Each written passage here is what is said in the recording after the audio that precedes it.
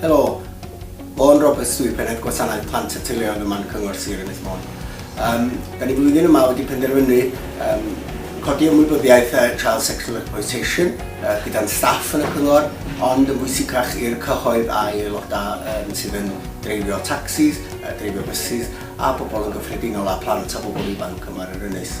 Mae CSE yn bwnc sensitif, ond mae'n rhywbeth bwysig sydd angen codi sylw yma ar Ynys Môn ac yn genedlaethol hefyd. Da ni'n cynnal sesiwn hyn yma o hyfforddiant Diogelu Yrwyr Tacsis oherwydd natur i gwaith nhw fe dyn nhw fod ar draws sefyllfaoedd lle mae yna bobl bregus lle bod gynnu nhw fideo amdan iechyd y bobl bregus yna.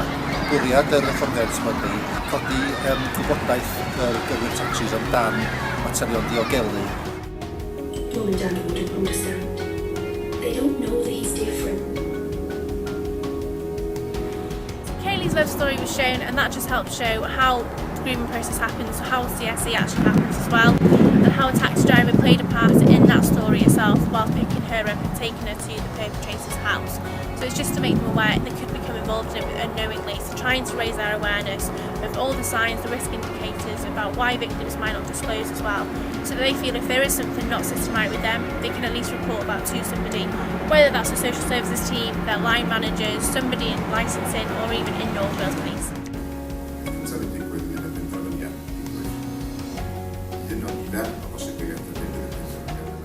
Dwi sesiwn gadarnhaol iawn yma heddiw, llawer iawn o trafodaeth frwd ar brydiau, a hynny wrth gwrs yn cael ei groesawu y fawr iawn. A gweld criw da ar Yrwyr Tacsi wedi dod, a dyn ni'n gobeithio y bydd yr hyn sydd wedi cael ei gyflwyno heddiw o fydd iddyn nhw fel marc cwestiwn yn gwirioneddol pan nhw'n dod ar draws gwahanol sefyllfaoedd o dydd i ddydd, sefyllfaoedd yng nghefn y tacsi. Dyn nhw'n ia meddwl beth sydd yn digwydd ac ystyried a oes angen i'r awdurdodau lleol a'r heddlu fod yn cael gwybodaeth am beth sy'n digwydd.